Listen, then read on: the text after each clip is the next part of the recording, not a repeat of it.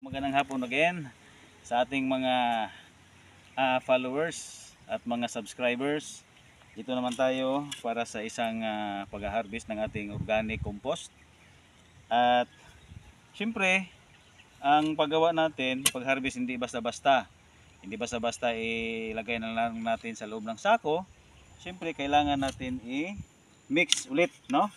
So, for the 60 days onwards, na nagpe-ferment tayo at mayroon tayong ginagawang proseso, of course, kailangan din natin silang haluin para maging mag-expose naman yung mga iba't ibang mga amonya doon sa ilalim.